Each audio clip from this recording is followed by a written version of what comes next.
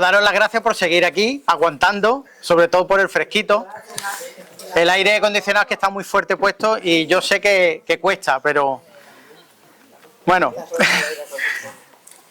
que de nuevo estamos aquí para presentar a este hombre que conocí en las primeras reuniones espíritas, que me acuerdo que me llegó con una bicicleta, con su pelazo. A ver, mirándolo ya. Besito. Un besito. Llegó el tío hablando muy suavito,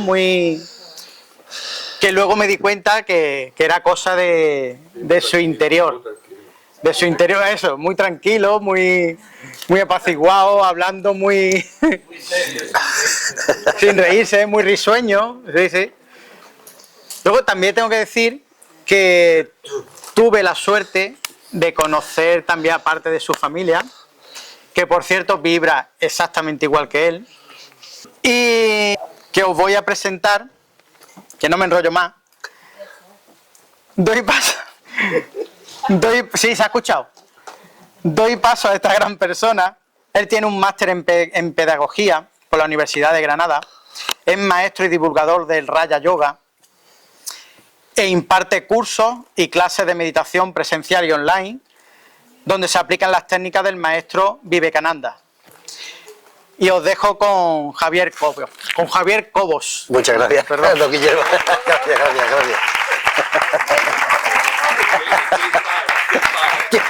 Él.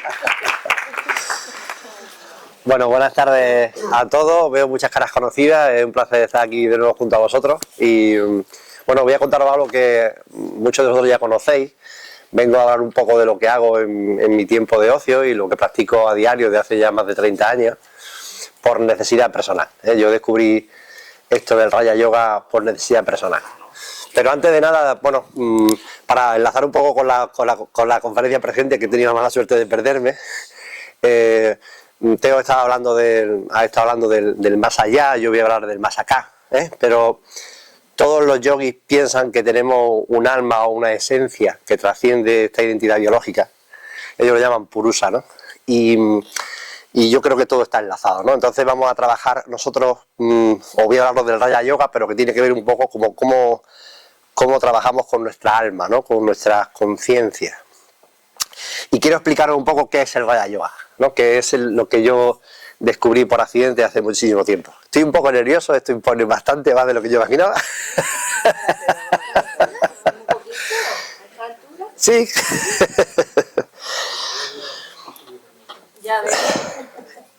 Bien, como os decía, yo descubrí esto por accidente y quizá también por necesidad. Las casualidades no existen.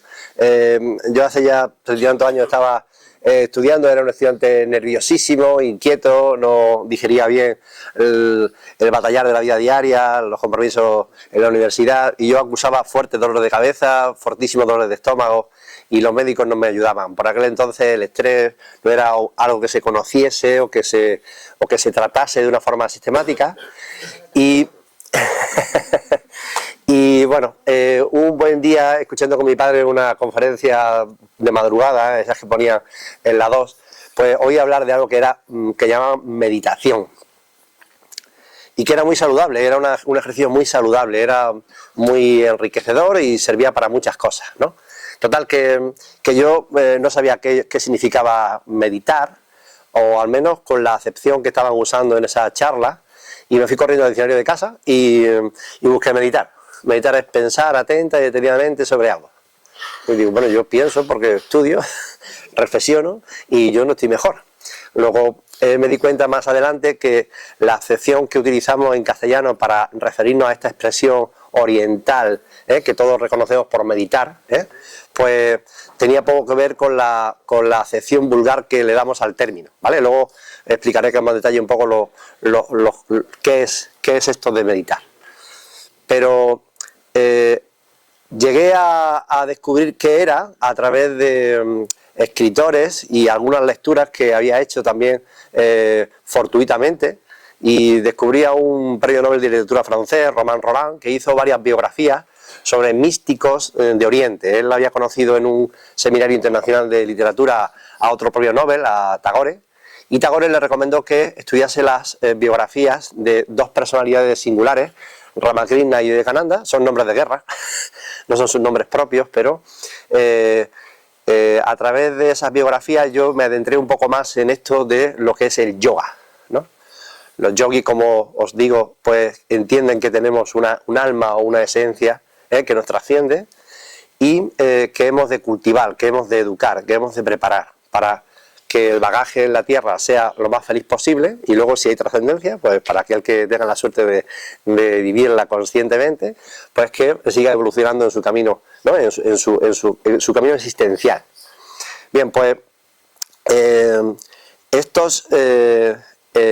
yo tampoco sabía lo que significaba yogi o yoga, ¿no? Y a través de estas lecturas pues descubro que el yoga es un concepto que implica unión, que implica ligazón, que implica reunión, y que tiene mucho que ver con la palabra religare, la palabra religión, que es volver a unir lo que está aparentemente separado, lo que está dividido, ¿no? Y aquello me parecía todavía más misterioso. Digo, yo no sé esto cómo me va a ayudar para solucionar mis problemas de estómago, mis problemas de dolor de cabeza, hasta que finalmente me topé con un trabajo que había hecho Vivekananda, este sujeto del que hablaba el premio Nobel, y que había publicado sus tratados en Nueva York. Él viajó de la India, viajó por todo el mundo, viajó de la India a Nueva York, y en Nueva York, a finales del siglo XIX, publicó varios tratados sobre los yogas. Hay miles de yogas, ¿eh? Está el Kriya Yoga, caminando hacia el yoga, caminando hacia la unión. Está el Bhakti Yoga, la unión a través del ejercicio de la devoción, de la compasión, misericordia. Está el Jnana Yoga, el yoga del conocimiento, del discernimiento, el Karma Yoga, la Kundalini Yoga, etcétera, etcétera, etcétera. Y de entre todos los yogas, el maestro escribió un tratado que se llamó Raya Yoga, que significa el yoga real, el yoga que está por encima de los demás. Y este yoga, este ejercicio que nos conduce a la unión, a la comunión, que nos reporta bienestar, salud y felicidad, pues él lo consideraba que era, digamos, el hegemónico, el que estaba por encima de los demás. Es popularmente conocido el Hatha Yoga. Aquí en Occidente se conoce mucho el Hatha Yoga, que es un ejercicio, bueno, el ejercicio es una suma de ejercicios, de posturas, de asanas, que nos permiten, nos ayudan a concentrarnos y favorecen la salud del cuerpo, ¿no? Yo recuerdo que cuando mi hijo estaba en el vientre de mi mujer, hicimos ejercicios de Hatha Yoga, yendo a clases de una profesora, y que a mí me ponían un cojín porque yo no llevaba barriguilla, y así pasaba desapercibido entre el grupo de alumnas, y hacíamos ejercicios posturales que favorecían, entre otras cosas, el parto de las mamás, ¿no? Bueno, pues este yoga no es un yoga físico, este yoga que yo practico es un yoga mental, se trata de educar la mente, ¿no? Y yo seguía bastante perdido, porque yo decía, bueno, yo no sé cómo esto me va a ayudar a solucionar mis problemas de estómago y de mis dolores de cabeza. De forma que me puse a estudiar esa publicación que hizo Vivekananda en Nueva York, que se llamó Raya Yoga, como os digo, y ahí venía una serie de preceptos. El Raya Yoga es una disciplina que contiene 8 principios, 8 variables para que aquello que llamamos meditar pues se considere eficaz o efectivo.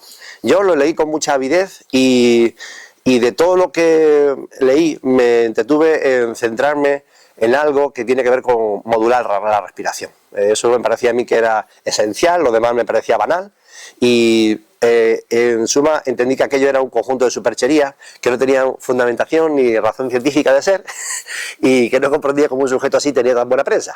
Entonces me puse a hacer ejercicios de respiración, tal y como predicaba aquel maestro, al que le ofrecieron, entre otras cosas, la cátedra en Harvard para hacer de profesor de religiones comparadas, cosas que rechazó. Él tenía otra función en la vida, y resulta que aquello dio luz.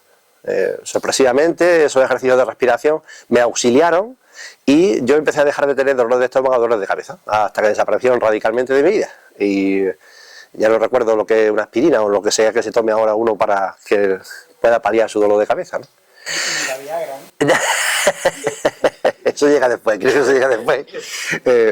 Bueno, el caso es que Con el paso de los años he ido releyendo este manual, he ido comprendiendo que aquello que yo en principio consideraba superchería, como adolescente que era cuando empecé con estos ejercicios por necesidad, pues tenía una razón de peso bastante más importante, que afortunadamente los médicos han validado recientemente, y comprendí que este conocimiento oriental tenía una sabiduría, o contaban con una sabiduría bastante pasmosa. Digo esto porque muchas de las cosas que he descubierto ahora, que con los médicos han validado ahora, desde el año 1970 para acá, pues hasta entonces no se tenía constancia médica de que tuviesen validez, ¿no? Entonces estos ejercicios ahora se recomiendan por cardiólogos, por psiquiatras. ¿Por qué? Porque favorece la salud del cuerpo. Es un ejercicio terapéutico que complementa muy bien con cualquier terapia y con cualquier auxilio que nos prescriban los médicos, ¿no?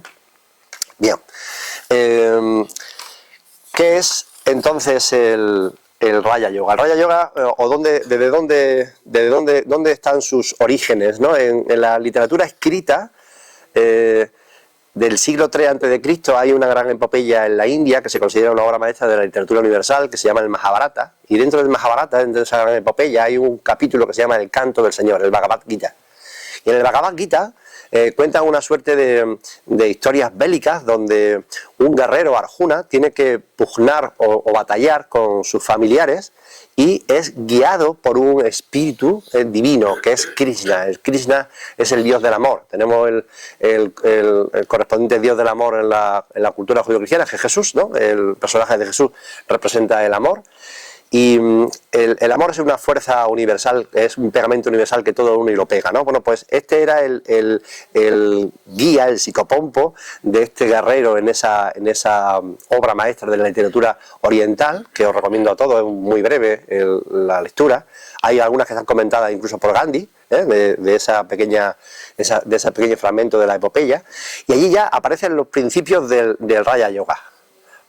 5 siglos después, en el siglo II después de Cristo, Patanjali sintetiza los 8 sutras del Raya Yoga, los 8 aforismos o los 8 principios que componen este ejercicio, en su famoso Yoga Sutra, ¿no? Entonces, al Raya Yoga también se le conoce como Astanga Yoga, o el yoga de los 8 principios, de los 8 brazos, de los 8 caminos. Y, como os digo, pues yo empecé a reconsiderar esos 8 palos que componen el Raya Yoga mucho después, Yo me quedé al principio con los ejercicios del pranayama, que son uno de estos 8 sutras. El pranayama prana significa energía o fuerza vital, que nace de dentro a afuera y que nos circunda de afuera a adentro, y yama significa control. El control del prana era algo que podía hacerse a través de la modulación de la respiración. Yo aprendí a hacer eso y me dio luz. Poco después me di cuenta de que había otros principios más importantes que en ese contenido, en ese texto, que bueno, ahora releo cada año con sumo gusto, y sigo sorprendiéndome de la cantidad de cosas que contaban aquellos sabios de Oriente, que ahora valida la ciencia de Occidente. Bien, pero ¿qué es el Raya Yoga? ¿Qué es en sí? ¿Qué es esto que llamamos meditar? La acepción meditar, como os digo, es un neologismo. ¿Por qué? Porque en la RAE, el diccionario de la Real Academia de la Lengua Española, si buscáis la palabra meditar, se lee pensar, reflexionar, hacer asociaciones mentales, ¿no? Detenida y atentamente sobre algo. Claro, esa acepción no es la que nosotros usamos cuando queremos referirnos a meditar como un ejercicio que viene de Oriente. Los ingleses le pusieron el nombre de mindfulness, o mente plena o mente completa. A mí tampoco me parece apropiado el término, me parece insuficiente. En la expresión, en el conjunto de sutras del Raya Yoga hay una acepción, uno de los sutras, que se llama dhyana. Dhyana es quizá lo que más se parece a meditar, es el ejercicio de observación, de contemplación, ecuánime de las cosas, imparcial de juicio. Bien, el dhyana se traduce al chino por la palabra chen y al japonés por la palabra zen, que os sonará más. El budismo zen no es otra cosa que un ejercicio de meditación, zen, que te conduce a la iluminación, al ser Buda, al ser iluminado, ¿no?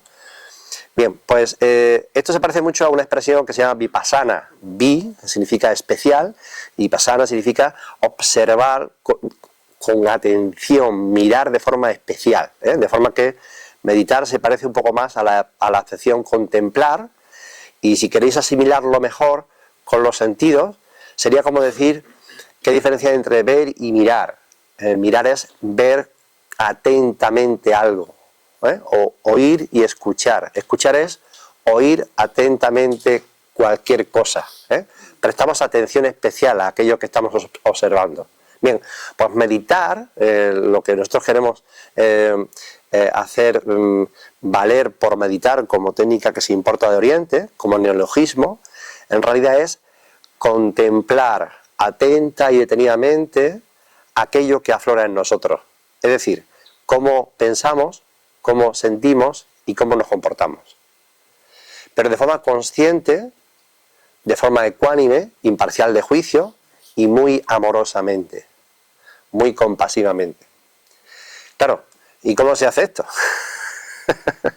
La doctora Nazaret Castellano, que es doctora en física y neurobióloga, ¿no? Pues, ella dice que es más fácil de enseñar a meditar que explicar qué es meditar. Y yo me he atrevido a empezar esta charla o a hacer esta charla sobre qué es meditar.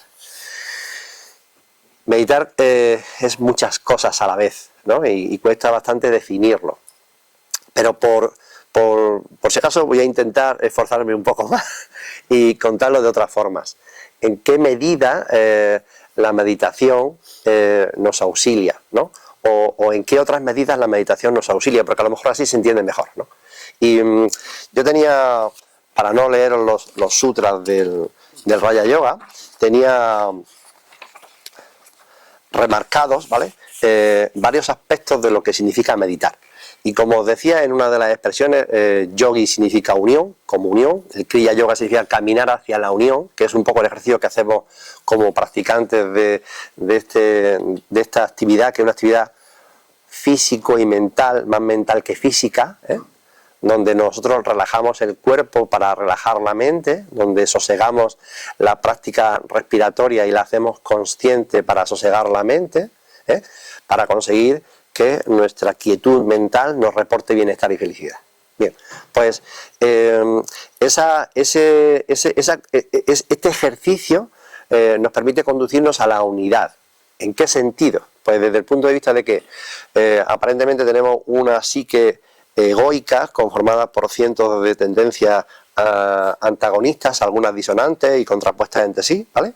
Pues el yoga lo que tiende es a agrupar a esa legión de personalidades que habitan en nosotros, las concilia, las agrupa, las reúne y las integra, las suma. También favorece la integración con los demás, con tus congéneres y con el entorno que te circunda. Es un ejercicio, como os digo, de religión, de comunión, de unión. Es sorprendente saber que los doctores contemporáneos, de hecho le dieron el premio Nobel de Medicina a una doctora, Elizabeth Blackburn, que en 2009 descubrió que los capuchones de los telómeros tenían una enzima que se llama telomerasa, que si evitaban que los cromosomas se desflecasen.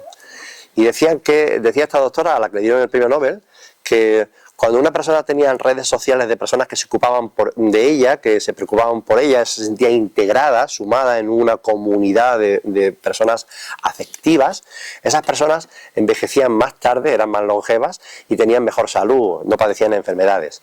Bien, pues el Raja Yoga ya preconizaba esto hace muchísimo tiempo, ¿no? Los ejercicios de comunión, de reunión grupal, de tener redes sociales de personas que te quieren y con las que te relacionas, favorecen tu longevidad y tu salud. Bien, todas estas cosas son aportes que con el paso del tiempo yo he ido recopilando para conformarme o contentarme con que este ejercicio que yo practicaba era bastante saludable. De hecho, pues se sabe que así es, ¿no? ¿Qué hace también la meditación? La meditación es un ejercicio que nos permite viajar en el tiempo, y es que de ordinario en la convención social se entiende que nosotros dormimos 8 horas al día y estamos despiertos 16. Pero la neurofisiología nos dice que es mentira, que en verdad, mientras dormimos, pocos somos conscientes de lo que acontece en el sueño, pocos hay que tengan sueños lúcidos, que sean conscientes de que están soñando, Y durante la vigilia, durante las 8 más 8 horas del estado de vigilia, buena parte de nosotros está en estado automático o inconsciente. Es decir, que en realidad no dormimos 8 horas cada día, sino que dormimos 16 de cada 24. Como dice Fresia Castro, una autora sudamericana, en su libro Conversaciones con Tánatos, estamos todos muertos. La meditación te ayuda a resucitar. El que medita resucita, yo lo repito mucho, no tiene que ver con esa resurrección del ateo al ateo, pero en buena medida despierta nuestra conciencia. Vivekananda decía que tenemos 3 estados de conciencia: la inconsciencia, la no conciencia, la conciencia racional u ordinaria y la supraconciencia. La meditación nos conduce a ese estado de supraconciencia, ¿no? Aquí, en este mundo terreno, ¿no? Y eso se puede perpetuar si lo sigue trabajando uno y tiene la suerte de ser capaz de ir al más allá, esté donde esté. Bueno, pues como decía, la meditación nos permite viajar en el tiempo. ¿Por qué? Porque nos transporta de este pasado pesaroso que no dejamos pasar, esto lo repito mucho en clase a mis alumnos. Cuando uno ha vivido una situación tormentosa o pesarosa, suele ser un resentido, y digo suele ser porque lo hemos sido todos. Y ese resentir le hace evocar ese suceso que aconteció en el pasado y lo revive en su presente como si fuese algo que está acaeciendo de nuevo. Y revive y replica todas las circunstancias emocionales, químicas, electromagnéticas, etcétera, que derivan de ese recuerdo. Es decir, revive la experiencia. Y ese resentir nos hace o nos impide abandonar el pasado. Y traemos el pasado al presente y dejamos el presente escapar. Entonces la meditación lo que hace es ayudarte a abandonar el pasado, lo pasado ya pasó, para que te vuelvas a centrar en el presente. Como dice, a ver si soy capaz de recordar la frase que dice el maestro Wei en la película Kung Fu Panda, en una película para niños, pero yo como soy un niño, me gusta mucho. Y dice el maestro Wei, dice, el pasado no existe, el pasado ya pasó, el futuro es impredecible y el aquí y ahora es un regalo y por eso lo llaman presente. Bien, pues la meditación nos transporta del pasado al presente y también evita que juguemos a construir futuros fatalistas o pesarosos que están edificados conforme a nuestros miedos y nuestras aversiones.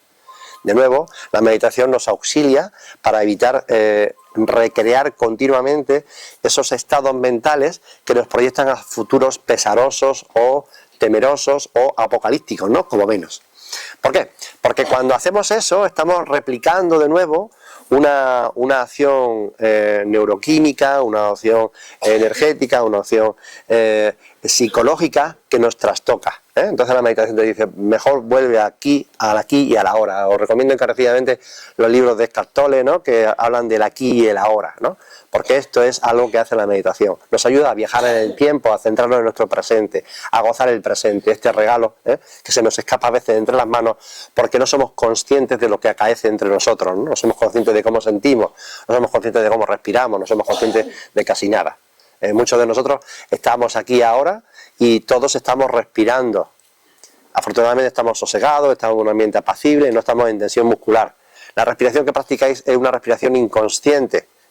El yoga nos enseña a realizar una respiración consciente y a través de eso tocar todo nuestro sistema hormonal.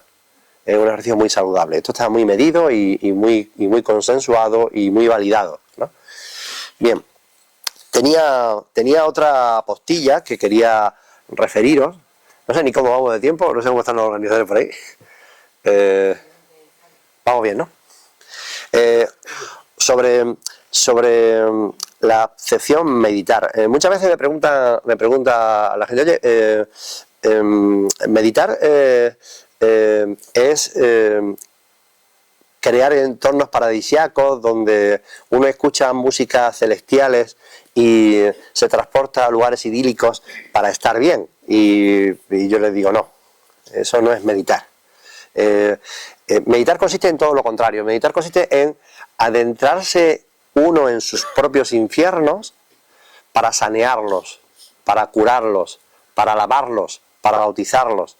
Y una vez que uno haya saneado su escoria emocional, su escoria mental, una vez que uno haya quietado toda esa basura intestina, que es invisible, pero que se somatiza en el organismo, uno sí podrá gozar de la existencia, es entonces cuando tocará el cielo, ¿eh? Porque meditar es un ejercicio que invita a la metamorfosis, es muy parecido a lo que sucede o la diferencia que hay entre un pequeño gusanito que se arrastra por las hojas, ¿no? Y se da atracones de verde, y más adelante se convierte en una linda mariposa que vuela y es frágil y es hermosa, ¿no? Pues un poco eso es la meditación, ¿eh?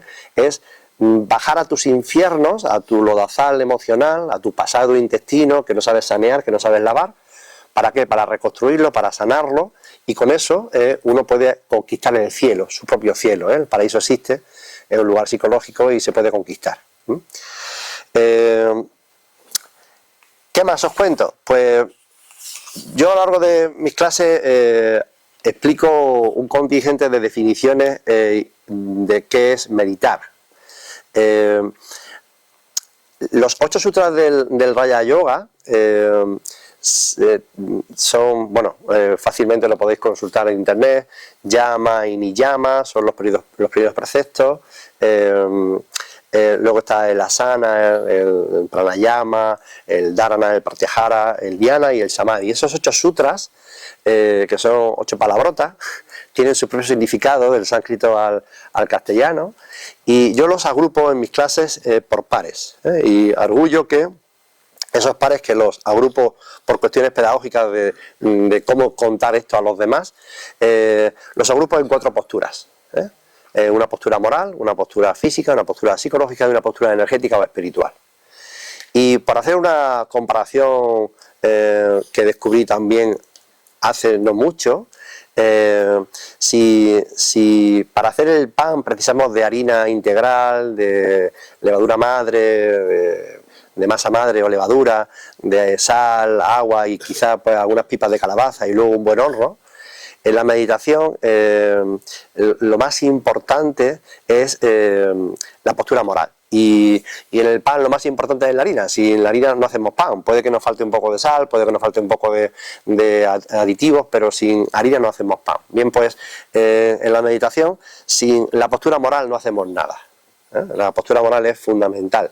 Yo la soslayé en los primeros años de estudio, cuando estaba en la universidad, creía que esto era banal, que no tenía ninguna trascendencia el cómo es uno por dentro, o qué entiende uno por el bien o por el mal, o cómo se comporta uno hablando, pensando, o qué siente uno, y con el paso del tiempo descubrí que es de vital importancia.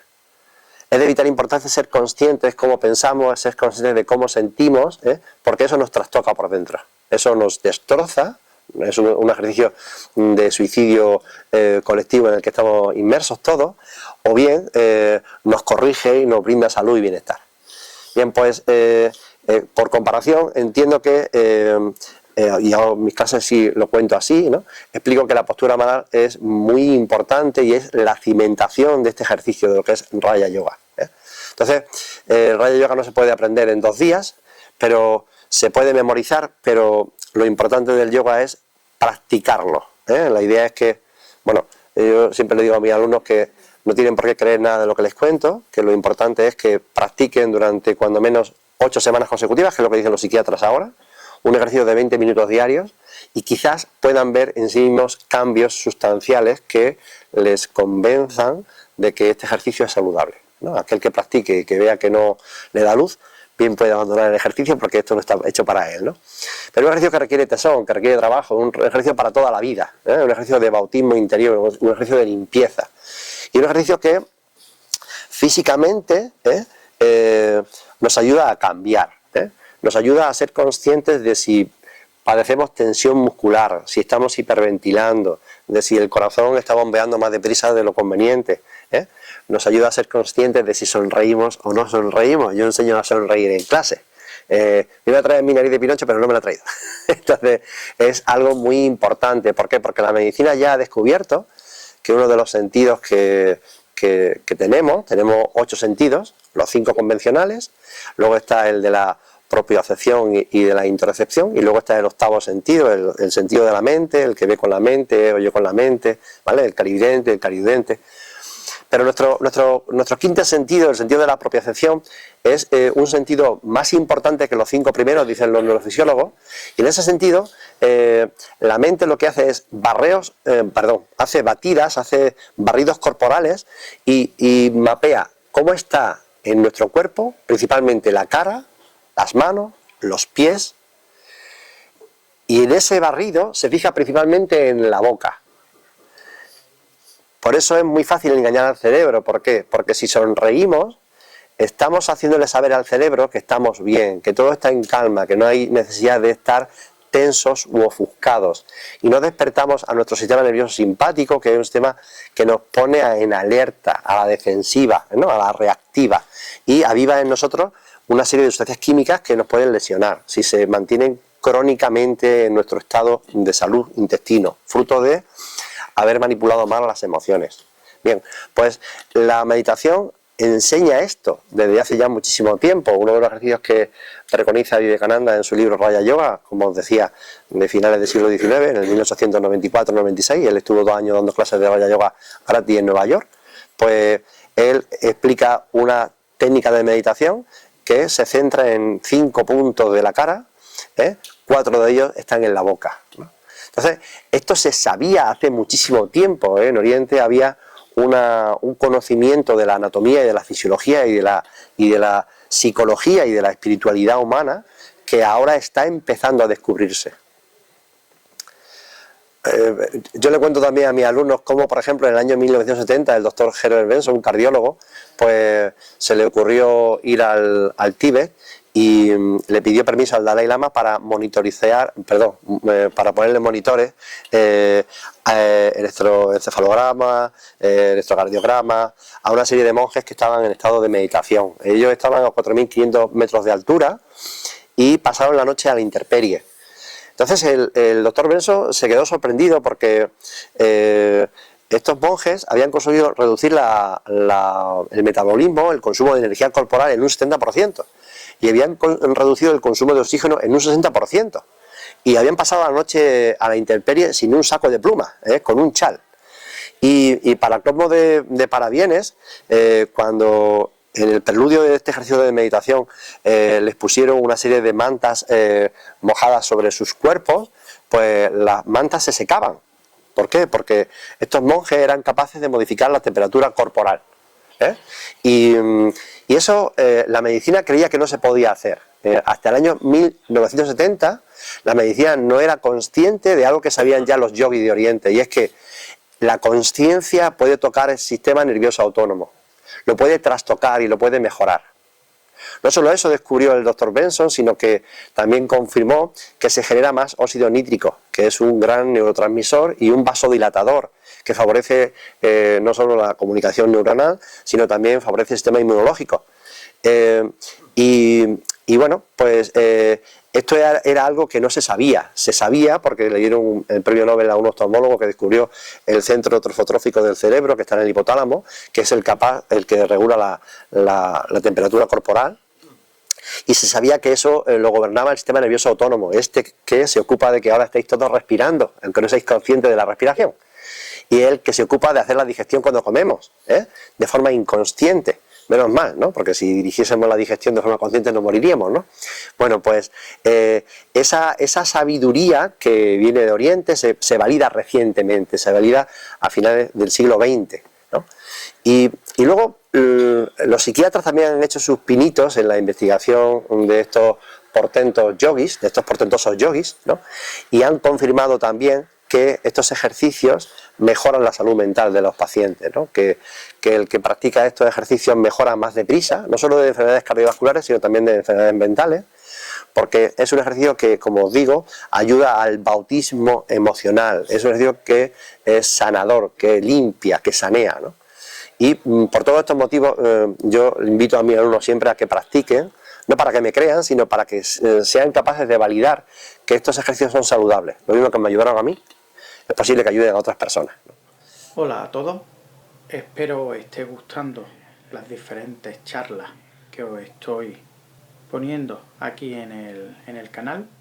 Hasta aquí la primera parte de esta segunda charla en esta jornada que hemos tenido de ponencia, en este caso con el Raya Yoga, una charla muy interesante, y en el siguiente vídeo tendremos la segunda parte. En la caja de comentarios os dejo las diferentes direcciones a las que podéis comunicaros si queréis preguntar algo o comentar lo que sea. Y como siempre os digo, gracias por escuchar.